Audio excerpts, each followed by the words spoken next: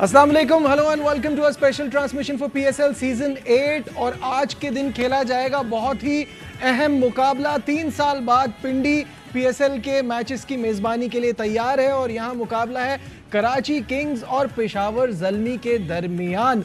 और दोनों टीमों को ये मैच जीतना बहुत ज़रूरी है अगर उन्होंने अपने प्लेऑफ्स के रास्ते को आसान करना है। मोमेंटम लगता नहीं था कि ये वक्त आएगा कि हम कहेंगे मोमेंटम कराची किंग के साथ है और एक ऐसा चेंज उनको करना पड़ेगा जो कि जेम्स विंस का है। और जेम्स विंस बड़ी अच्छी फॉर्म में भी थे, उनकी जगह एडम रॉजिंगटन ने ज्वाइन कर लिया है स्क्वाड को। और क्या होता है वो तो आने वाला वक्त ही बताएगा। मेरे साथ मौजूद है मेरा पैनल, यूनुस खान, कामरान अकमल और शोएब जट, और हमें ज्वाइन करेंगे शाहिद हाशमी साहब पिंडी से। अस्सलाम वालेकुम, वेलकम टू द शो। वालेकुम सलाम। सबसे पहले यूनुस मुझे ये बताइएगा, दोनों टीमों के लिए बड़ा अहम मैच है, दोनों टीमों की स्ट्रेंथ वीकनेसेस अब तक हमारे सामने आ गई हैं। क्या देखते हैं आज के इस मैच से, क्या एक्सपेक्ट कर रहे हैं? एग्जैक्टली यही है। मैं ये नहीं कहूँगा कि डू एंड डाई सिचुएशन है, लेकिन टफ होता जा रहा है पेशावर ज़ल्मी के लिए भी और कराची किंग्स के लिए भी। अगर वो चाहते हैं कि पीएसएल 8 में स्मूथली आगे जाके प्लेऑफ में जाएं तो उनके लिए ये मैच बहुत ज़्यादा एसेंशियल है कि वो जीतें और अच्छा करें। अब मोमेंटम की बात करूं तो ठीक है, हम यहाँ बात कर रहे हैं कि कराची किंग्स किसका के पास मोमेंटम है, उसकी वजह ये कि वो एक मैच जीत के आएगा। हम पेशावर ज़ल्मी की बात करें तो ऐसा नहीं कि उनके पास मोमेंटम नहीं है। उनको जो आखिरी मैच खेला है उसमें भी ठीक है, वो हार गए हैं, लेकिन जो जिस तरह उन्होंने बैटिंग की एग्जीक्यूशन की है, और सिर्फ एक प्लेयर ने नहीं, बाबर आजम की तरफ से और मोहम्मद हारिस की तरफ से बैटिंग नहीं आ सकी, लेकिन अगर आपके दो टॉप के प्लेयर जो कि इंटरनेशनल खेल रहे हों, करंट टीम में हो, एक कैप्टन है और एक तो दुनिया के नंबर 1 बैट्समैन में से है, बहुत सारे उनके पास अभी अवार्ड्स आए हैं, और उनके ना होने के बाद भी जब आप 240 पे 200 रन करते हैं और वो भी एक आधा आउट होता है तो उस वजह से आप 20-25 रन पीछे शॉर्ट हो रह जाते हो। तो मेरे ख्याल से पेशावर ज़ल्मी को उस मैच में ठीक है वो हार जाते हैं, लेकिन 25 रन अभी भी कम किए हुए थे। तो मैं ये कह सकता हूँ कि बहुत अच्छा मैच होने जा रहा है। आई होप कि दोनों टीमें बेस्ट अपनी क्रिकेट खेलें, क्योंकि बहुत ज़रूरी है कि पेशावर ज़ल्मी के बहुत सारे फैंस हैं, कराची किंग्स के बहुत ज़्यादा फैंस हैं, और आई होप कि अच्छा मैच हो आज। ठीक है, कामरान कैसा देखते हैं? कामरान शुरू से ही जो है वो कह चुके हैं कि भाई सपोर्ट मेरी पेशावर ज़ल्मी के साथ है, क्योंकि उनसे ऐसा ताल्लुक रहा है और अभी भी बैटिंग कंसल्टेंट हैं। तो हंस क्यों रहे हैं आप? मैं कहाँ हंस रहा हूँ, मैं तो हंस ही नहीं रहा। मैच के बाद हंस लेंगे। जी कामरान, क्या कहेंगे आप? देखिए बिल्कुल ऐसा ही है। अभी मैं तो ये चाह रहा हूँ कि अमर्जिंग प्लेयर का एक खिलाने में ना थोड़ी पेशावर ज़ल्मी कंफ्यूज हो रही है, चेंज कर रही है। जो अमर्जिंग प्लेयर अभी दोनों को खिलाया, सुफियान को भी, और अभी साथ या असद खेला था लास्ट, लेग स्पिनर बच्चा था, मेरे ख्याल से अभी वो प्रेशर इतना हैंडल नहीं कर सकते। जो बेंच पे बैठे हुए हैं, एक नॉर्दर्न का सुफियान मुनीब है, उसको ट्राई कर सकते हैं। एक फास्ट बॉलर है ताहा, उसको आप left arm fast bowler under 19 world cup के अलावा, एक तो ये। और दूसरी जो प्रॉब्लम आ रही है बॉलिंग की तो आ ही रही है। सबसे ज़्यादा आप देखिए पूरे पीएसएल में सबसे यंग टीम मेरे ख्याल से पेशावर ज़ल्मी इस बार बनी है। फील्डिंग में बड़ी प्रॉब्लम आ रही है पेशावर ज़ल्मी को, पुशर टाइम पे कैच भी निकल रहे हैं, ग्राउंड फील्डिंग भी अच्छी नहीं हो रही। ये 1-2 एरिया देखने पड़ेंगे, टफ मैच है, बड़ी मेहनत करनी पड़ेगी। उसके बाद आप देखें कि बॉलिंग मुजीब को खिलाना पड़ेगा मिडल में। ऐसे ही मैं कराची किंग की जो टीम है उसमें अगर विंस नहीं है तो मैं चाहूँगा शर्जील खेले, मैच विनर है, साइड पे एक मैच लगा देगा। और मूसा ने बॉलिंग नहीं की लास्ट मैच में, उसकी जगह आप शर्जील को खिला सकते हैं। विंस की जगह इमरान ताहिर को बीच में लाएंगे तो एक बॉलिंग स्ट्रॉन्ग के फेवर में नहीं है। मैं अभी नहीं, क्योंकि शर्जील ऐसा बैट्समैन है कि वो एक साइड पे कर सकता है। अगर वो विकेट कीपर आप मैथ्यू वेड की जगह आप खिला सकते हैं, मैथ्यू वेड की जगह खिला सकते हैं। फिर वो बात आ जाएगी प्लेटिनम की पिक है, प्लेटिनम में तो हैदर अली भी था, लेकिन टीम का कॉम्बिनेशन बनाने के लिए उसको ड्रॉप किया फॉर्म की वजह से, तो ऐसा कर सकते हैं। लेकिन ये है कि एक अच्छा मैच, ज़बरदस्त मैच होगा। लेट्स सी कौन प्रेशर हैंडल करता है, लेकिन यह है कि थोड़ा सा ओपनिंग में भी वेरिएशन थोड़ी सी करनी पड़ेगी, लेफ्ट राइट को आजमाना पड़ेगा, शायद क्लिक कर जाए। शाहिद हाशमी साहब भी हमारे साथ पिंडी से मौजूद हैं। शाहिद साहब, पहले तो बताइए पिंडी का माहौल कैसा है, क्या गेमा गेमी है, फैंस कितने एक्साइटेड हैं? एक तवील अरसे के बाद पीएसएल का मैच होस्ट कर रहा है रावलपिंडी, क्या कहेंगे? मौसम बड़ा सुहाना है, ऊपर बादल है लेकिन बारिश का इम्कान कम है। सबसे जो डिसअपॉइंटिंग चीज है वो ये है कि यहाँ पे टिकटों के रेट्स बहुत हाई हैं। अभी 2 बच्चे मुझे मिले कराची किंग्स के फैन थे, वो कह रहे थे हम झेलम से आए, हमारे 5,000 रुपए खर्च हुए आने जाने में और हमारा 2,000 रुपए का टिकट है, 2 टिकट हमने 4,000 रुपए के खरीदे, तो जो कम से कम टिकट भी है वो 1,900 रुपए का है। और ये थोड़ा सा उन फैंस के साथ जो स्टूडेंट्स हैं थोड़ी सी ज्यादती है। जिस तरह कराची में आधे पैसे किए थे जल्दी कर देने चाहिए, वरना इतना क्राउड नजर नहीं आ रहा। अभी 1-1.5 घंटा रह गया है मैच शुरू होने में, लेकिन अभी इतना क्राउड नहीं आया और इतना जोशो खरोश भी नजर नहीं आ रहा। तो पीसीबी को इस चीज के ऊपर सोचना पड़ेगा। और पिंडी की जहां तक बात करें, मैं तो पिंडी का ये स्टेडियम, यूनुस खान साहब को तो बहुत ही याद होगा, डेब्यू किया और सेंचुरी बनाई, उनकी यादें पूछे उनसे मुख्तसर जी। यूनुस कुछ वो पिंडी की यादों में भी आपने बिल्कुल सही कहा। और मैंने देखा है कि पाकिस्तान की हिस्ट्री में जब भी डेब्यू आपका पिंडी स्टेडियम पे होता है तो वो बड़ा लकी साबित होता है, उनके लिए लकी साबित हुआ। माई सेल्फ हो गए, उसके बाद अजहर महमूद ने भी यहाँ पे सेंचुरी की है डेब्यू में, एक आधा कोई और प्लेयर भी है जिन्होंने डेब्यू में सेंचुरी की। बड़ी ज़बरदस्त इन्वायरमेंट है और जहाँ ये ग्राउंड बना हुआ है, बड़ी क्रिकेट खेली, वहाँ पे बड़े फैंस आते हैं। और शायद भी बड़ी अच्छी बात की कि देखिए जब आपके पास क्राउड ही नहीं होगा तो उसका कोई फ़ायदा नहीं है। और फिर जब हम बात करते हैं इस ब्रांड की, तो PSL एक ब्रांड है। और फिर जब आपके ग्राउंड खाली रहेंगे, कराची में भी थोड़ा प्रॉब्लम था, चले कराची में अब जो रोड्स हैं उसका प्रॉब्लम था, तो मेरे ख्याल से शायद भी ने बहुत अच्छा एड्रेस किया। ये पॉइंट बहुत एसेंशियल ज़रूरी है, इस पे काम करें। और आपके ग्राउंड जो है ना वो भरे होने चाहिए, तो तभी बहुत अच्छा मैसेज जाता है। ये सिर्फ PSL के लिए नहीं, पूरे पाकिस्तान के लिए। और दुनिया में जब लोग देखते हैं कि पाकिस्तान के ग्राउंड खचाखच भरे हुए हैं और लोग फैंस एक, तो वो बड़ी अच्छी इमेज जाती है, बहुत ज़बरदस्त इमेज जाती है आपकी। और शाहिद साहब ने तो कहा थोड़ी सी ज्यादती, मैं तो कह रहा हूँ बहुत ज्यादती, क्योंकि जैसे बताया कि उनको आने जाने में इतना खर्चा लगा और फिर उसके बाद एक मैच देखने के लिए अगर कोई 7-8 हज़ार 10,000 खर्च कर रहा है तो ये तो बहुत नाइंसाफ़ी है। शोएब काफ़ी देर से खामोश है। शोएब अब बात करते हैं कराची किंग की। जो पिछले मैच हम जीते हैं वो हम बॉलिंग से जीते हैं, तो कामरान ने तो आपको एक ताना मारा था कि आपकी बॉलिंग भी बहुत कमज़ोर है जब आप पेशावर को कह रहे हैं, लेकिन हमने बॉलिंग बड़ी ज़बरदस्त कराई पिछले मैच में, क्या कहेंगे? अब बिल्कुल ऐसा ही है। और मैंने जो बात की हुई है कि पेशावर ज़ल्मी का बॉलिंग जो है वो उनका वीक लिंक है, इसी वजह से 242 रन बन गए। और यूनुस भाई ने बिल्कुल सही बात की कि उनके 2 परफॉर्मर परफॉर्म नहीं कर सके, उसके बावजूद 200 रन बना गए। तो इस दौरान मेरे ज़हन में आकिब जावेद की वो स्टेटमेंट आ गई थी कि हम जो है वो बाबर आजम को आउट नहीं करते थे ताकि मैच स्लो होता रहे।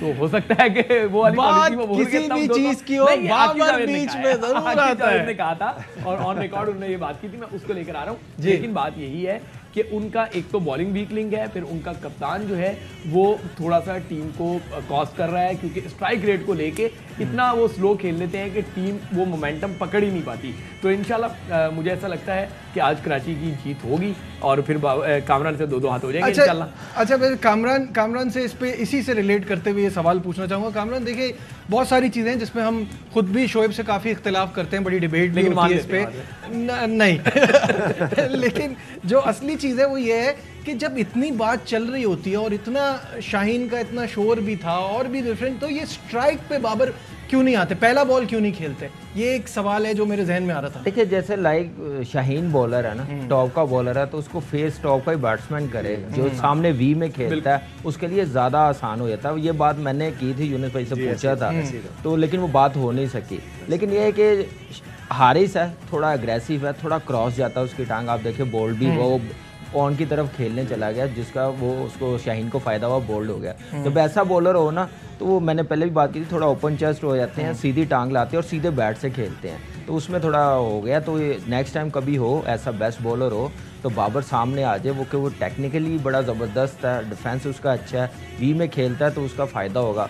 आउट भी हुआ है, आउट तो हो जाता है, लेकिन बेस्ट प्लेयर ही उसको फेस करे तो ज़्यादा अच्छा है। जहाँ तक स्ट्राइक रेट की बात है, फॉर्म नहीं है कि ज़ल्मी को फ़ायदा नहीं हो रहा कप्तान की वजह से, मेरे ख्याल से ओवरऑल टीम की देखें आप, बाबर को आप कहना इस वक्त अभी मैचेस ख़त्म नहीं हुए, वो तो जितना खेलता है लंबा जाता है, लेकिन उसके साथ भी खेलना ज़रूरी है। ओवरसीज़ प्लेयरों का भी परफॉर्म करना बड़ा ज़रूरी है, वो भी खेलने आए हुए हैं, तो इसलिए थोड़ी बैटिंग लाइनअप क्लिक नहीं करी, पैचेस में कर रहे हैं, कभी टॉम कैटमोर कर रहा है, साइम अयूब कर रहा है, बड़े इंपॉर्टेंट रन कर रहा है, बाबर ने भी बड़े 2 रन किए हुए, लेकिन वो विक्ट्री की तरफ कन्वर्ट नहीं हुए, क्योंकि 5-6 नंबर के बैट्समैन फॉर्म में नहीं है। जब वो फॉर्म में आ जाएंगे तो ऑटोमेटिकली ये सारी चीज़ें छुप जाएंगी। तो मेरे ख्याल से अब शुएब साहब आज तो नहीं आ रहे ना फॉर्म में। आ जाएंगे जब वो फॉर्म में आ जाएंगे कब? आज आ अब time जाएंगे। नहीं है आपके पास। मैचेस खत्म होने के बाद बात करेंगे। 7 बजे आ जाएंगे, आप देख लीजिए।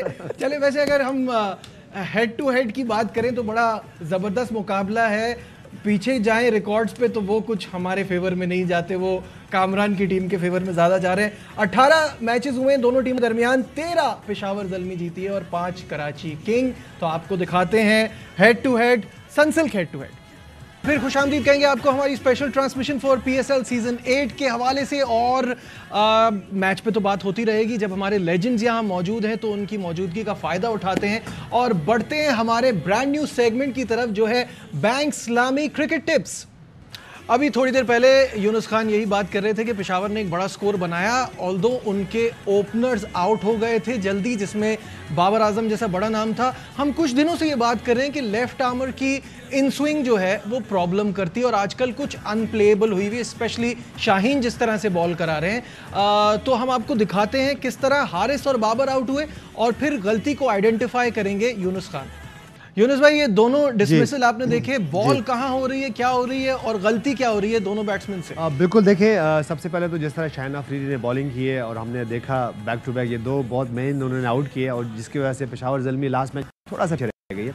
अगर मैं इन दोनों की बात करूँ तो मोहम्मद हारिस की पहले बात करूँ और फिर मैं बाबर आजम की बात करूँ तो हमने देखा है कि रिसेंट पास में ये इनका जो स्ट्रेंथ जो एरिया है वो ज़्यादातर मिड विकेट और स्क्वायर की तरफ है और ख़ास तौर पे कुछ बैट्समैन होते हैं जो टॉप हैंडेड बैट्समैन होते हैं और कुछ बैट्समैन होते हैं जो बॉटम हैंडेड बैट्समैन होते हैं। तो मैंने ये देखा है कि जब हम इन दोनों बैट्समैन की जो बात कर रहे हैं तो यहाँ पे इनका जो स्ट्रॉन्ग एरिया लग रहा है, जो स्ट्रॉन्ग हैंड लग रहा है वो बॉटम लग रहा है। तो बॉल जब आप बाजू का क्या करते हैं, जब बॉल स्विंग होता है तो और सामने पिच होता है कहीं मिडल स्टम्प में और ख़ास तौर पे जब ऑफ स्टम्प से आता है तो उसके लिए फिर आपको बाजू का टॉप हैंड को यूज़ करना पड़ता है। ये है टॉप हैंड जो आपके एक राइट हैंड बैट्समैन का लेफ्ट हैंड होता है।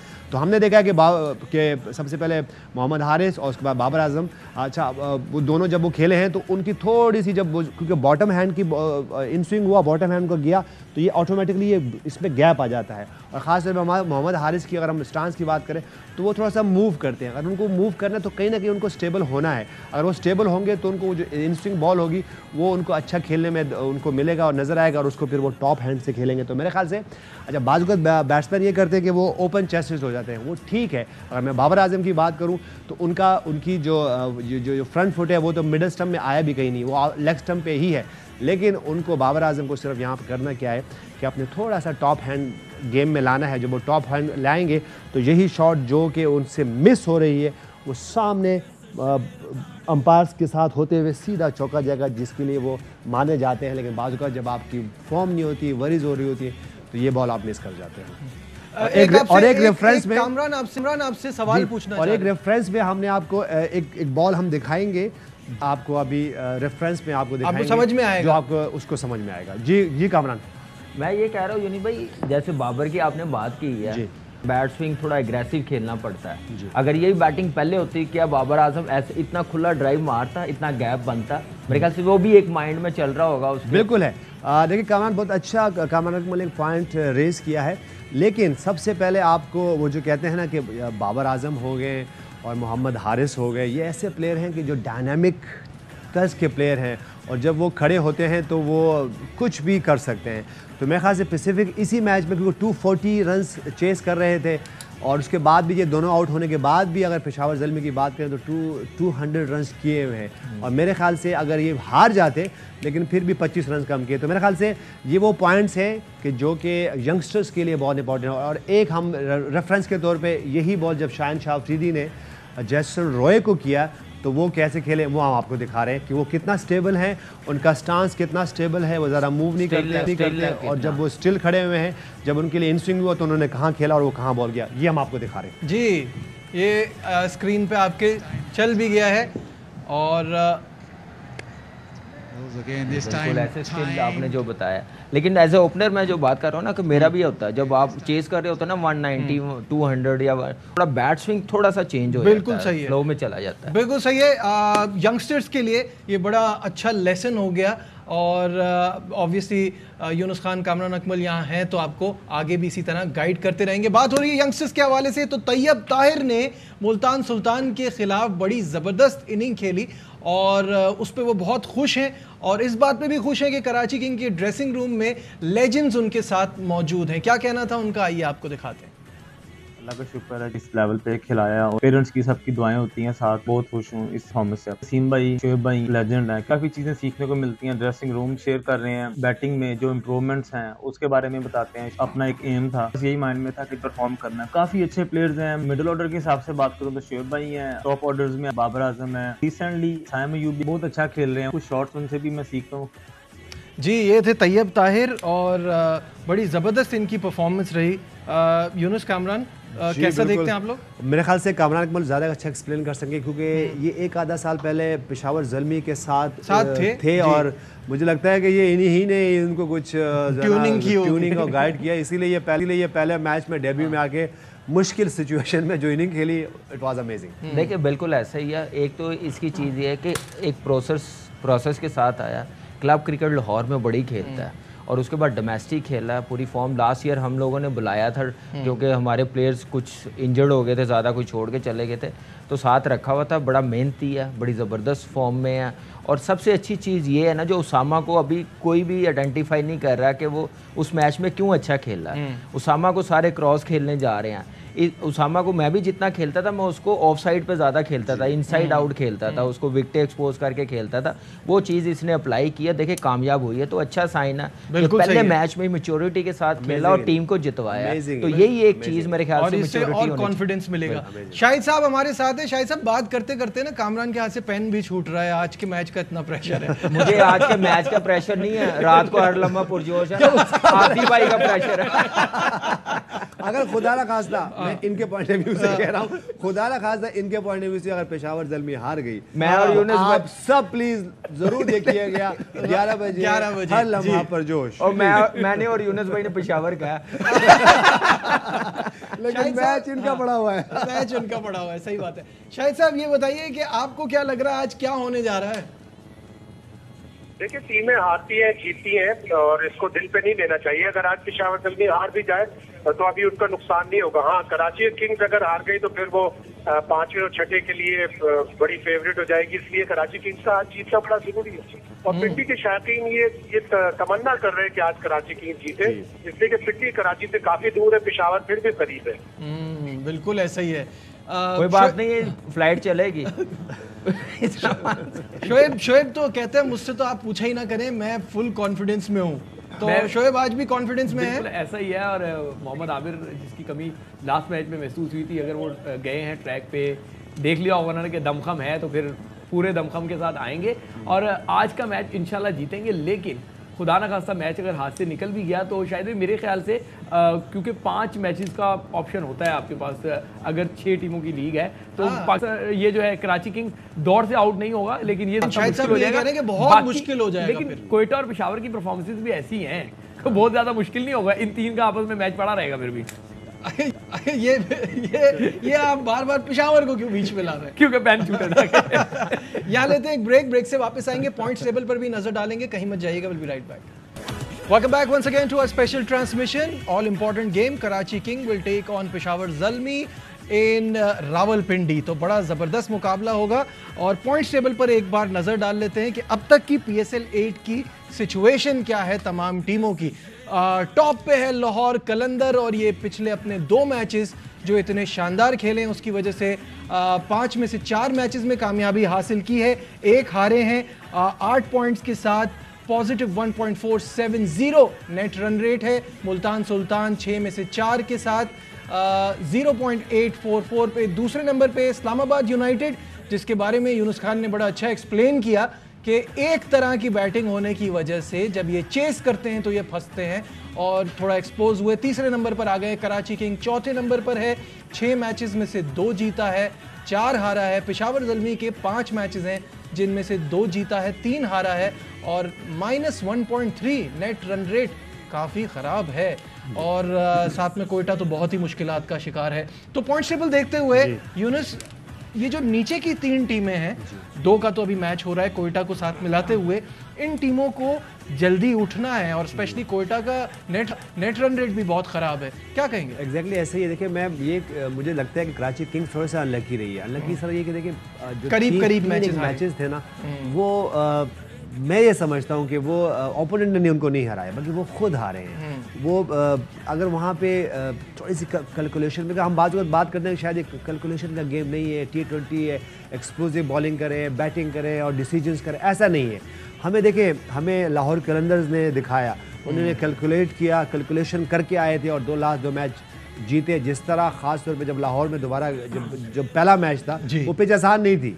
अगर हम उस पिच की बात करें तो वहाँ वो 150 रन पे आउट भी हो सकते थे, लेकिन जिस तरह उन्होंने ब्रेव डिसीजन लिया और जिस तरह उन्होंने बैटिंग की, मुश्किल पिच पे उन्होंने रन्स किए और फ़खर जमान ने बहुत ज़बरदस्त इनिंग खेले। बाद जो हम बार एक बात बैटर की बात करें, अब्दुल्ला शफीक, वो देखें वो जो इनिंग वो खेल रहे हैं, वो ऐसा नहीं कि देख रहे हैं, हमें ऐसा नहीं लग रहा कि शायद वो आए और बस सिर्फ शॉट्स खेल रहे हैं। वो single, doubles, back foot, front foot, top hand, bottom hand, pull, hook, cut, उनकी तरफ स्पिनर्स को जिस तरह खेल रहे हैं, तो मेरे ख्याल से थोड़ा सा अनलकी रहा कराची, लेकिन अनलकी वो अपने आप की वजह से सही है। तो उनको जैसे पिछले मैच में उनके पास बॉलिंग आई, तबरेज शमसी ने जिस तरह बॉल की, किसी तरह इमरान ताहिर को और कर सकते हैं बीच में, लेकिन आज का जो पिच होगा मेरे ख्याल से थोड़ा सा उसमें बाउंस होगा, थोड़ा सा बॉल चलेगा, थोड़ा हार्ड होगी, लेकिन आपको एक ऐसा ब्रेव डिसीजन करना है जो आपकी टीम के लिए फ़ायदा हो। और अकॉर्डिंगली मैं ये हमेशा एक बात करता हूँ कि आप ये फैसला ना करें कि मैं अभी बाद में ड्यू आएगी, बाद में कुछ भी होगा, अभी जो आपके सामने सिचुएशन है on the board is always उसके हिसाब से करें, चाहे वो पहले बैटिंग करते हैं या चाहे पहले बॉलिंग करते हैं, कंडीशन के हिसाब से बेस्ट डिसीजन करें। तो मैं खास कराची के पास कामरान अपनी टीम पिक करें और जल्दी से बताएं रीजन व्हाई। पेशावर तो आप वैसे ही बोलते हैं, लेकिन दोनों टीमों की करंट परफॉर्मेंस देखते हुए कौन सी टीम? देखिए, सबसे बेस्ट वेन्यू है पिंडी का बाउंस के लिहाज से, तो मेरे ख्याल से हमारी बैटिंग लाइनअप में मुझे पूरी उम्मीद है कि बाबर के लिए बड़ी सूटेबल कंडीशन होगी। ठीक है, वो अपनी क्रिकेटिंग शॉट पर रहेगा। टॉम कैटमो हो रहा है, सैम है जो टाइम कर सकते हैं, यूज़ कर सकते हैं। उधर से ऑस्ट्रेलियन ज़्यादा, मैथ्यू वेड अच्छा खेल सकता है, अगर खेला तो बाउंस को आपको पता कितना अच्छा खेलता है, तो आमिर का खेलना बड़ा ज़रूरी है। ठीक है शोएब, कराची जीतेगा? नहीं, कुछ और नहीं ऐड करना? नहीं बिल्कुल लेवल 4 की तो